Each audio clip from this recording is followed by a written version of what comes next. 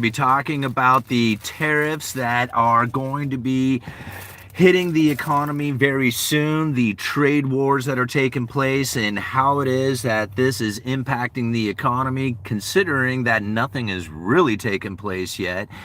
And the idea or the threats of tariffs are very much impacting the people's minds, the decision making that they are doing. They are full of fear and uncertainty and doubt. And it's becoming pretty obvious that this is how that they are controlling the narrative. They are pushing this idea out there in order to create an environment of uncertainty so that they can control the mindsets of the people. It's working. It's obviously working. I mean, just think about the idea of opening up an news article app and finding not only the headline, Donald Trump's or Trump's tariff stance are softening market rallies, and then right underneath that, Trump warns 25% tariff on any country that is doing deals with Venezuelan oil. And now I find this really humorous because I thought to myself, any country that is doing purchases of Venezuelan oil will get a 25% tariff. You know, we buy Venezuelan oil, right? The United States imports oil from Venezuela. So considering that he is throwing out a threat that says any country that purchases Venezuelan oil is going to be suffering under the threat of a tariff upon them, and we're yet doing that same thing. Like, is this not some sort of like backwards way of like threatening people to say, don't do it, but then we do it?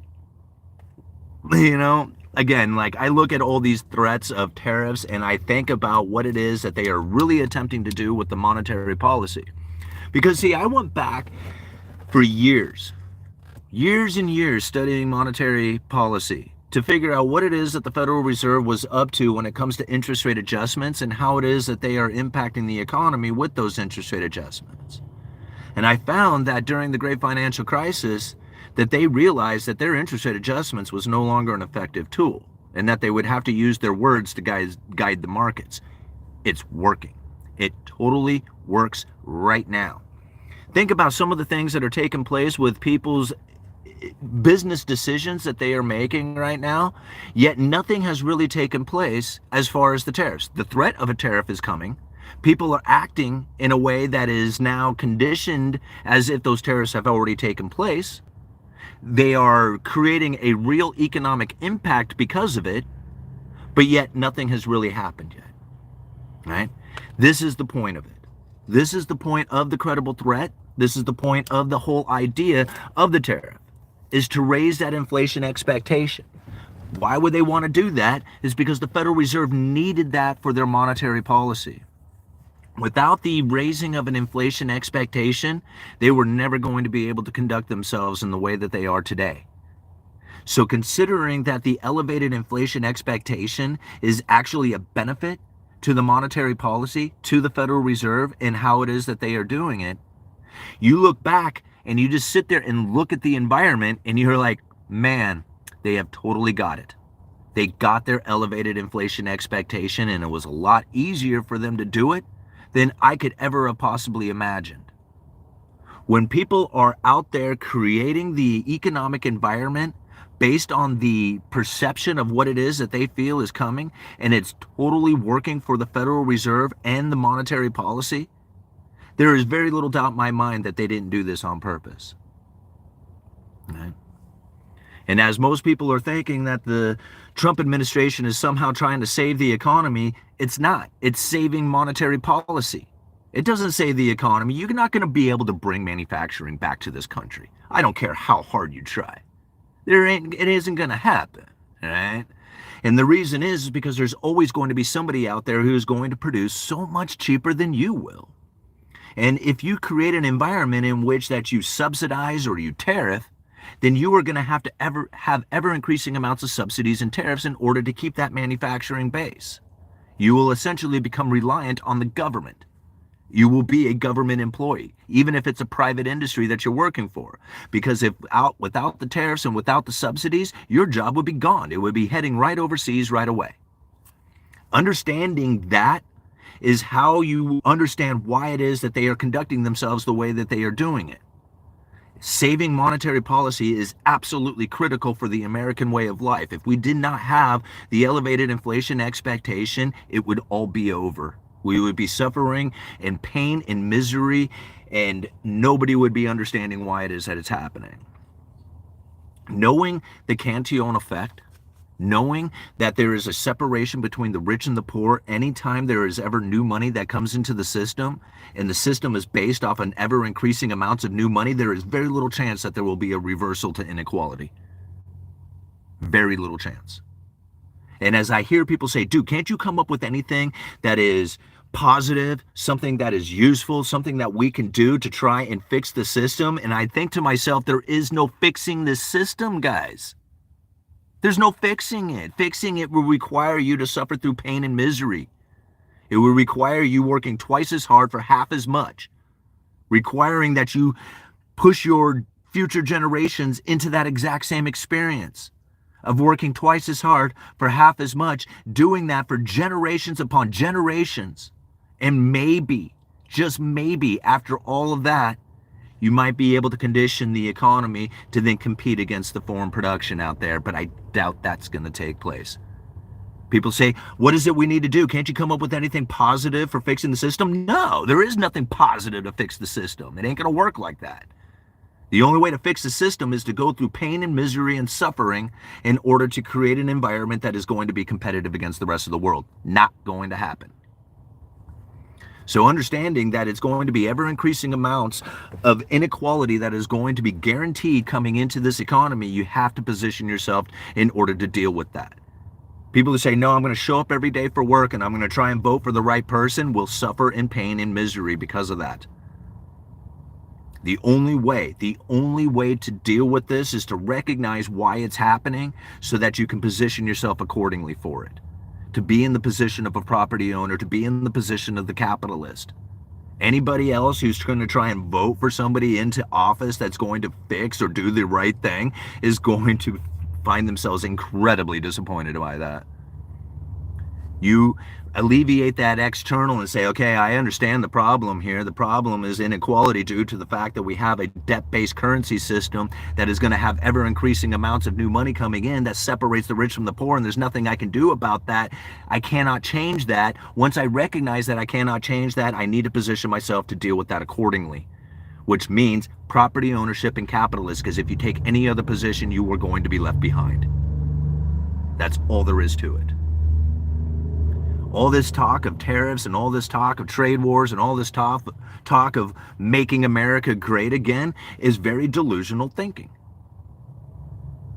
It's not going to work. It's not going to work because there's nothing that's proven in history of it working. What does prove through history is that if you have ever increasing amounts of new money coming in, then you're going to have inequality. And the moment that that new money turns off, everybody falls into pain and misery. There's no way of getting around this. And again, it's not meant to, the information is not meant to scare, and it's not meant to be depressing, and it's not meant for any of that stuff. It's meant to be recognized for what it is so that you can make an appropriate decision for yourself. Because trying to think of an idea that says, hey, how can we change the way that things are going so everybody could be singing Kumbaya isn't going to happen. You can go ahead and try. You know, you can try and theorize on that and listen to people who think that they can do it and vote for people who say that they can do it, but it never does happen. And it never will. Once you recognize and see it for that, then it's easy to say, okay, I need to start making different decisions and not stress on the idea that there is going to be a politician out there who can either create a situation that is either better or worse for me. It's not up to them. It's not up to them to do that. It's up to me to deal with the fact that it's happening right now, and I need to deal with the fact that it's happening. That's it. You know? People who say, I don't like what's happening, change it. I'm going to vote for hope and change. Right? What are you voting for hope and change for? Just go change. Go change what it is that you're doing. Figure it out. All right. Okay. Government grew it to 450 years ago. What are you guys talking about? Gold, silver, and Bitcoin are the only way out. Bob, I disagree. I disagree. You know why? Because here's the thing. If you had a gold and silver standard, which seems reasonable, right? Gold and silver seems like a reasonable standard because then everything would be very stable, prices would be stable, and we would have a very stable kind of economy. And this is what a lot of people think, but they don't take into consideration that that creates business cycles, which is fine. Like, I don't have any problem with a business cycle, but I do understand that if you have gold and silver as the main form of currency, what you are going to find is during economic booms, when there's a lot of economic activity happening, the concentration of wealth will come to the hands of a few. When they concentrate that wealth, they deny the rest of the economy the ability to do transactions because gold and silver are very limited. And if you concentrate that into the hands of a few, the rest of the people will suffer in recessionary pressures because there's simply not enough currency to do business with. Then you have a business cycle that says we have to relinquish this gold back out there to the rest of the world. That money flows out into an equilibrium status and then flies back to the most industrious people. This is a fine concept. I have no problem with it whatsoever. However, the people who do not understand the system will suffer in painful experiences every time we go through that business cycle. And they will demand that the government do something about it. Now, in order for them to do something about it, they have to be able to either tax the hell out of the people or print up as much money as they want. Now, if we are on that gold standard and we do not print up as much money as we want, we are very much limited to our own production, because the moment that you start buying foreign production, which is what we do, right? Deficit trade. The moment that you are in deficit trade, you will export all your gold for the foreign production, and then you will fall into pain and misery as you have exported all your gold. This is the Cantillon effect. Knowing this is the case is fine. You can position yourself accordingly to deal with the business cycle of it. But since most people won't know what to do, you will see massive pain and suffering and soup kitchens and all the other painful experiences of depressionary effects as the money has disappeared due to the fact that we are not a production nation. Very important to understand this stuff. Me personally, I think the acquiring of gold and silver is a very important thing to do as an individual for an insurance against that third-party claim.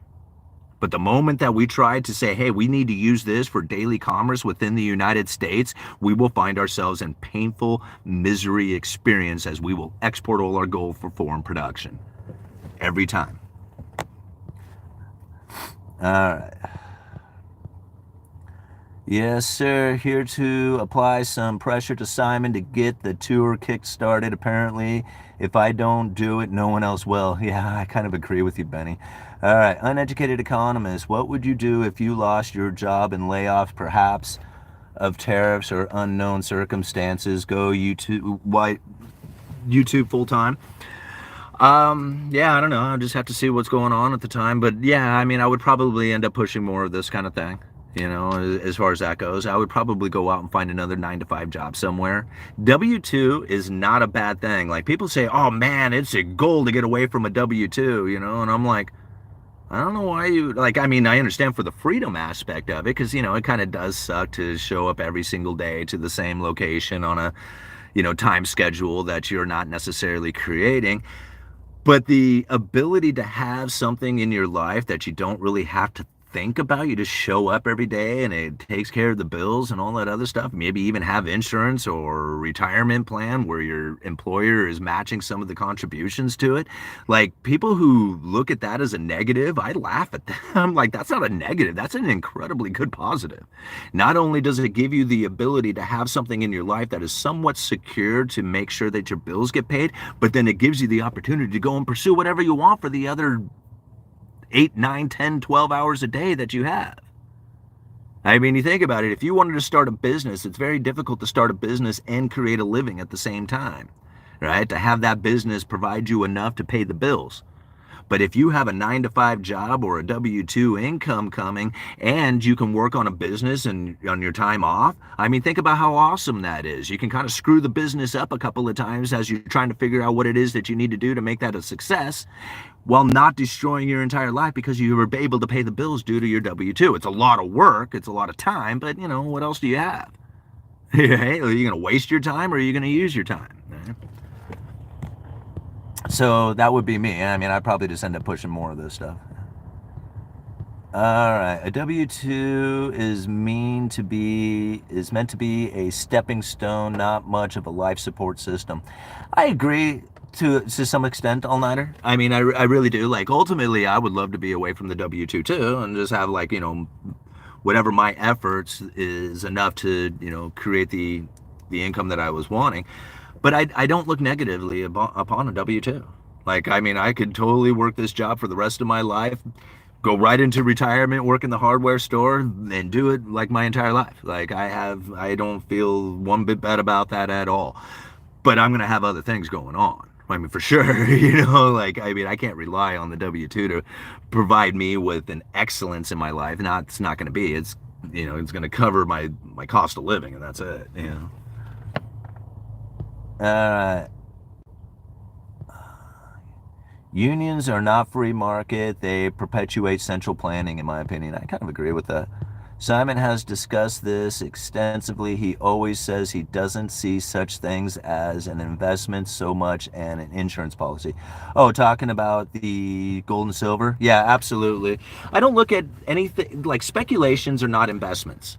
Right? Speculations, when you are buying something with the anticipation that you're going to sell it off in the future for a higher price, that's a speculation. Right?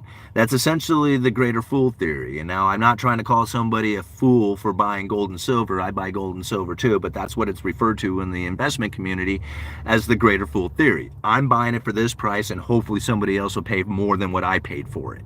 Right? That's what gold and silver and Bitcoin and all those other things.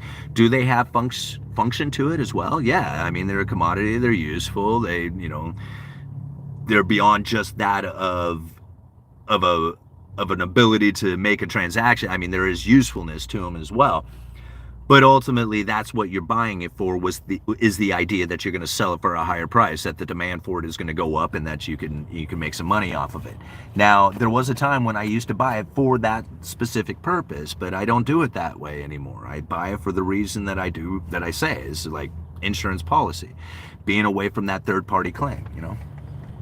No, Kathy, I'm not necessarily against them either. As an Alaska fisherman, I wish fishermen you're unionized for solidarity against the cannery's manipulation. All-nighter hider, I hated the union. I was in it for years.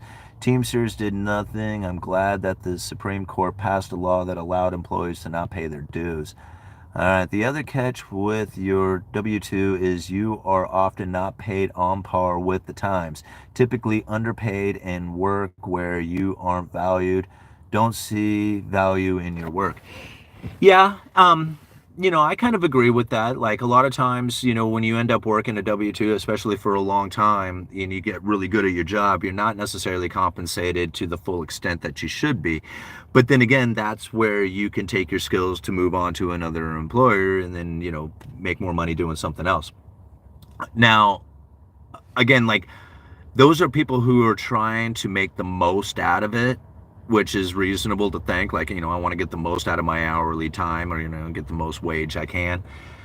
I mean, that's reasonable to think, but I don't see it that way. Like, I don't even think about like how much I get paid comparatively to other employees or something like that. Like, I'm focused in on my own thing, right? And I look at my wages and what I earn at the W-2 and say, with the W-2, and I say, okay, can this cover my cost of living? If that's what's going on there, then cool. All right. That's the way it is. And then I move on to other things, because I know that if I'm going to put effort, time, and energy into anything, it's going to have to be me, like this YouTube channel or other things like that, in order for it to truly benefit me. I can put 5 times more effort into my day job, into my W-2, and it won't benefit me any. Like, literally, like, my wage will be the same. Everything will be the same. Right? There will be nothing that changes. And although, like, that's probably the mentality that you should take towards your job, is to put 100% as much as you possibly can and dedicate everything to it, nobody's going to do that. Right? You're going to put what it is that you have, that you feel is going to be what is going to be satisfactory. Right? Some people will on some days excel. Some days maybe they might even excel for months, But for the most part, if you're not going to be compensated or rewarded for it, you're only going to do as much as you're required. Right? And that's typically of most 9 to 5 jobs out there. Unless you get a commission or something that inspires you or encourages you to put out ever increasing amounts of effort, you're not generally rewarded anymore for your effort. You go and do something on your own, you're working your own business, you're trying something like that, the more time and effort and energy you put into that, the more you get out of it. So that's really where I think the line between W-2 and working for yourself really end up being the difference, right? Is that by putting time and effort and energy into yourself, you can get a major return off of that. Putting it towards your W-2, may or may not have a return to it, right? Like, people working twice as hard as the guy next to him getting paid the same thing. Nobody ever does, it's going to be that way for forever. Like, that's the way it's always been, So, it is what it is. What time is it? All right, guys. All right. Love the Carpenters Union. Did me justice. Simon, do you get sale commissions? I don't. I work. I mean, there are positions in which that you can get commissions based, but for the most part, it's a very difficult road to be on because most of the time the hourly wages are very low. So really, like, the amount that you make, especially when things slow down like this, is probably not that great. At times when it's really pumping and there's a lot of business activity out there, yeah, it can be quite lucrative. But for the most part, it's pretty much breaking even the same way, whether you do an hourly or commissions. It's just there is times when it does really well, but that doesn't last. Entrepreneur definition: an individual that would rather work 80 hours a week for themselves than 40 hours a week for someone else. Yeah. What if you're working 80 hours a week for yourself and for somebody else? Like, what if you're putting in that kind of time? You're 50-50. I don't know. Like, I mean, you think about it. Like, I mean, not that I'm really counting on it, but, working a W-2 gives you the opportunity to have Social Security later on in life. I mean, you had to contribute towards it, but, there is that possibility. Working a W-2 also requires you to have a lot of taxes that are removed from your check that you probably don't want to deal with. But then again, you have to pay taxes no matter what if you want to be, like, legal about it.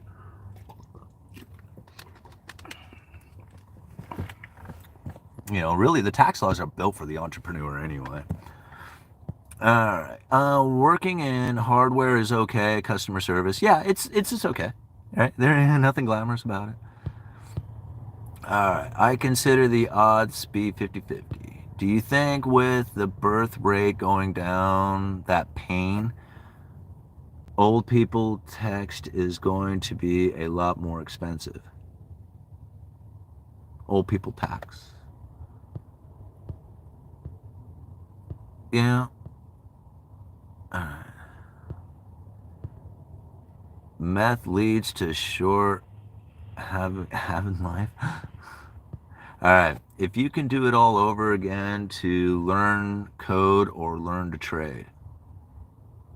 Huh.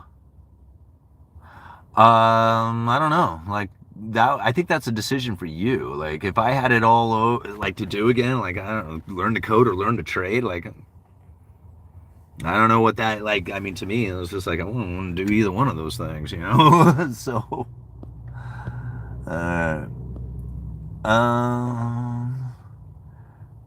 for that, I was roughly confused. Clearly, I know nothing of cryptos, and I like how you incorporate it into your name. Rather clever. I can work on my house. Coding is not for me. Too boring. Thank you for being here. Thank you, Brody. All right, I've made over $1 million slinging code and lost 250K trading. All right, moving to Montana soon. Gonna be a dental floss tycoon. All right, be a coding trader. No regrets for Simon. The journey of doping and coking put here in your car on this live stream.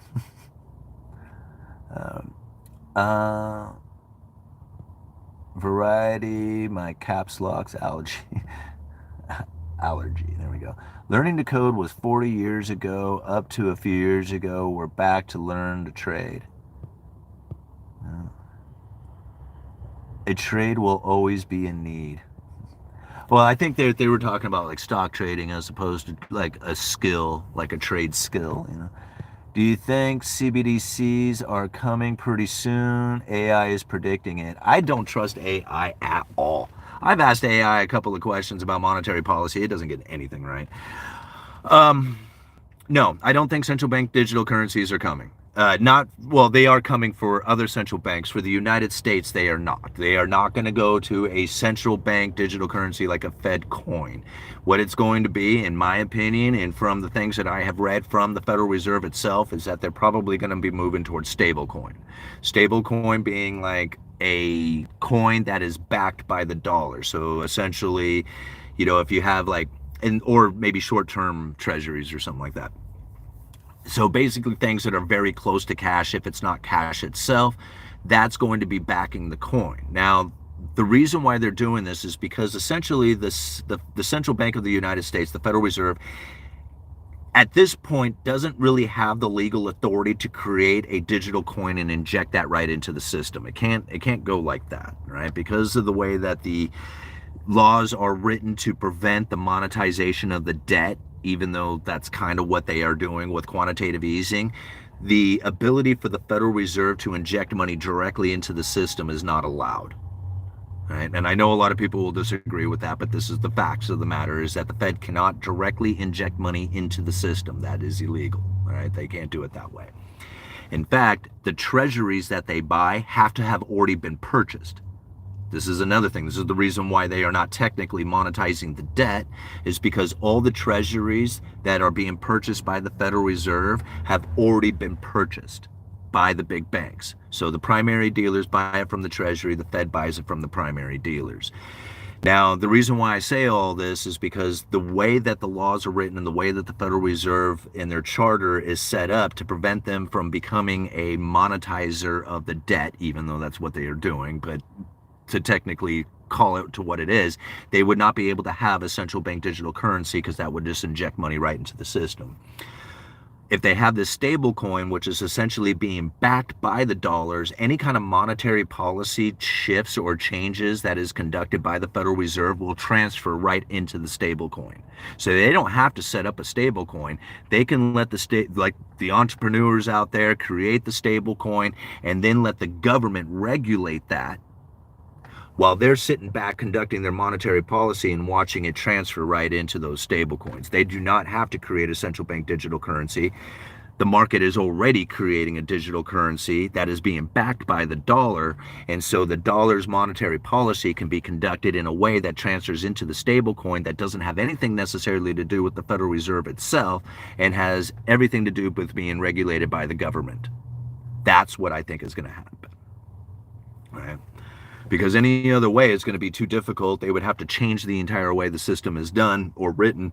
They'd have to change the Fed's charter, and all these acts of Congress would be very difficult to do in a way that is not, like, how do I say it, like, not chaotic. Right? Because Congress is going to use it as the ability to, like, you know, push their agendas or whatever in order to get it passed. But if the Fed can conduct themselves the way they normally do, the market is creating this particular product that is being backed by the dollar, the government can go in and regulate that particular product, and then that stable coin is acting like the central bank digital currency and essentially doing exactly what a central bank digital currency could do, because the Fed, being the monetary policy creator and, you know, custodian of that monetary policy, can just have it transfer right into that. Everybody just basically conducting business the way they're doing it right now, with some regulation changes coming from the government. That's me personally. That's the way I see it, you know. Because, and the reason why I say that is because this is the way the Federal Reserve has described it. I didn't, like, make this up, right? This is what the Federal Reserve has said within their own speeches, talking about the central bank digital currency in comparison to a stable coin, right? So, and all those people who are XRP or all this other stuff, and I laugh at that, because never anywhere in any document that I can find from anything within the Federal Reserve says that. that they're going to use XRP. Now, I do find documents at the Federal Reserve, right, from the Federal Reserve website, but it's generally communications like letters sent to the Fed or a description of how the XRP could work, but none of it is within the Fed's strategy. It's all about suggestions about what XRP could do from outsiders of the Fed suggesting to the Fed what it is, right? But nothing within the Fed statements can I find where they're like, oh yeah, XRP is the way to go, right? Nothing, not a single one. And when I've asked for it, people will send me stuff from the Federal Reserve with XRP being listed inside a particular document, but it is exactly what I am saying, is that generally those documents are suggestions or working papers on the idea of it, but nothing within the monetary policy strategies itself. It's more hypothetical talking, right? But the stablecoin is a real thing. They talk about the regulations of it, talking about the monetary policy being transferred into it. They talk about that like it's a legitimate thing, you know, not like a hypothetical. All right, I tried to, but Bitcoin, they said I had to upload an ID. AI will be able to do what handymen do. No, it won't.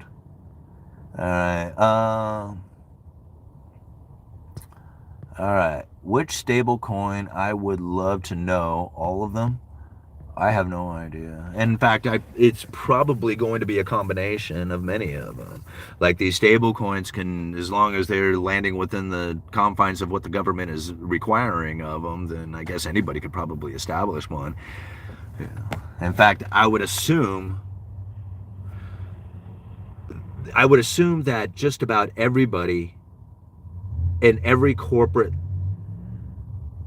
scenario would have its own stable coin, like a Walmart coin, PayPal coin, all these different coins, and they're all essentially being backed by the dollar. They're all their own like individual stable coin with their own program, right? When you get in and out of it, like you could literally take $1, buy a stable coin, use the stable coin to buy a Walmart coin, use the Walmart coin to buy whatever from Walmart, and kind of go this route with it, right? And everything's under a digital currency kind of net. All right. Oh, thank you, All Night, for putting the P.O. box up there. Let's see here. What time is it? 11:44. Okay, I'm going to call it quits here in just a minute. Like gift cards. Yeah, somewhat, yeah. Walrus, there's something to that. It's very philosophical discussion, though. What is Walrus talking about? You guys are having a great conversation, I can tell, but I'm not saying it. I think AI is the Y2K of the present day. I don't know. I know these AI things are pretty fun, and they I even heard of somebody who was saying, hey, like I had AI write code and it did a really good job. It only messed up a couple of things or something. There's the ability to use AI to enhance our lives in a lot of ways, but to really understand that AI is only as good as the information that seems to be spread around there, because it's really reading the narrative of a lot of the internet searches that is going on. So when I see things like, when you ask AI what the Fed's monetary policy on interest rates, it will tell you it's a 2% target. That is wrong. It is absolutely incorrect. But if you specifically ask it, describe the flexible average inflation targeting, it'll find that information and describe it to you. And then you realize, okay, they're not going for a 2% target. So AI doesn't get anything right. It only gets what the narrative seems to believe it is out there. And I would imagine in some cases that it would be very accurate. Like you could probably ask it some questions that is going to nail it 100%. But knowing what I know about the lumber industry, knowing what I know about monetary policy, I know that AI doesn't get any of that stuff right. I know it doesn't. It might get some little aspects of it right. But it's like, to trust it, I have zero trust for it whatsoever. None. Right? I trust it about as much as I trust the government. Oregon, no sales tax. That's right. We don't have sales tax in Oregon. It's a wonderful thing. I always debate people I always debate with people your theory, and they always say, no, it's a 2% target.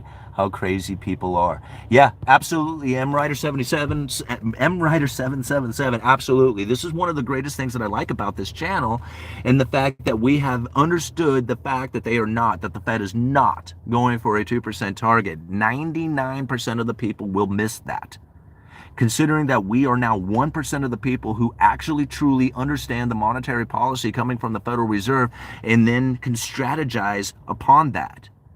Like, I never once ever believed that they were going to create an inflationary scenario that was going to get to the 2% target. Not once did I believe that. I never thought that there was going to be a condition in which that we would achieve a 2% target. I have said it for many, many years now. Moderately above 2% for some time. I say it almost every single video. I keep reiterating it because I don't want people to forget that that's what they are going for. And when I look at an environment that has an elevated inflation expectation that is quite extreme due to the thought of a tariff that is coming, it's working. Like, the elevated inflation expectation is totally working. Right? We may not like it. It may not feel good. It may seem very clumsy out there. But at the end of the day, they were pushing for it. They want moderately above 2% for some time, and they're getting it. Like, whether we like the way they did it or not is not up to us. And I mean, I don't even know if it's necessarily up to them. All I'm saying is like, they were shooting for this. This is what they wanted. Like, somebody says, what are you shooting for? 2%. Aim for slightly above that. Okay. Are you aiming for 2% anymore? No, I'm aiming moderately above. That's what I'm aiming for. Right? So the target is not a 2%. It's not there. It's moderately above 2% for some time. Right? With no timeline or mathematical formula for figuring any of that stuff out. And when the consensus statement comes out again at the end of the summer or here in a few months or whenever they release it, we are going to look for those words. And if those words are written in there, moderately above 2% for some time, I'm going to know that I was 100% right on monetary policy. I'm looking for it. Like, I know I step out on a limb by doing this, but this is not the first time that I've gone out on a limb. I went out on a limb when I said that lumber prices were going to come back down to their normal price, and that was when they were at $1,700 per thousand, and everybody was blaming the money printer on it. I was out on a limb on that day when I said it, and I was 100% right. And that was very difficult to try and stick to my guns when I had so many people bailing off of the channel telling me I had no idea what was going on. I had no clue about the Federal Reserve. I had no clue about inflation. And then when I was right, they all had to come back and apologize. They said, dude, you were right about that. I can't believe it. I was lost in the idea of money printer go burr, causing prices to go up, and lumber was evidence of that. And when that disappeared, they didn't know how to answer the question anymore. Okay? Understanding macroeconomics is not an easy thing. You're never going to pick it up from the news. The news will never, ever, ever teach you macroeconomics in the way that you could truly understand it. They are confusing. They are pushing a narrative. They are trying to do sales. They're trying to get you into the market. There's all kinds of propagandized information that will manipulate your thoughts and your behaviors. It's working. It totally works. You can see it out there. Once you recognize the credible threat theory, it'll become obvious to you too. All right. Deflation in the USD and the Fed's worst nightmare. Absolutely it is, by far. The thoughts on SOFR and LIBOR having those effects taking place. Yeah, that was something that I was really thinking was going to be a much bigger deal than it was. And in fact, Lynette Zhang, we had the last time I talked to her, that was one of her big things that she was looking at, was that there was going to be this huge interest rate adjustments going from the LIBOR to the SOFR, to this overnight lending rate kind of thing. And although I thought myself that it would be a big deal kind of going from, switching this over, it doesn't seem to have the impact that I think a lot of people were anticipating, like this huge, all of a sudden, this interest rate adjustment going from one style of short-term overnight lending rate to another. It seemed to have actually taken place and nobody even really cared, I don't know. All right, stick with it. Compound. What is it? Compound learning works like compound interest. Yeah. SOFR transition was a good thing. Yeah, I mean, I'm not saying it was a bad thing. I'm just saying that nobody really even noticed that it happened. It was supposed to be like this big economic event, but it didn't really play out that way. Benny, you should probably see a doctor and get that checked out. What are you guys talking about? All right, the central bank has been printing trillions of dollars digitally even during QT. You know, because I think a lot of people, you know, even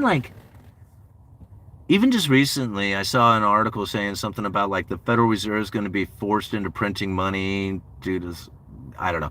Anyway, the Federal Reserve has gone in the hole to the Treasury. So essentially, like to understand, the Federal Reserve really isn't a profiting business because all the profit essentially gets turned over to the Treasury, which then gets used to alleviate the deficit spending. So, like when the Federal Reserve is in profit, all the profit goes back to the government, goes back to the Treasury, except for some operating costs and stuff like that.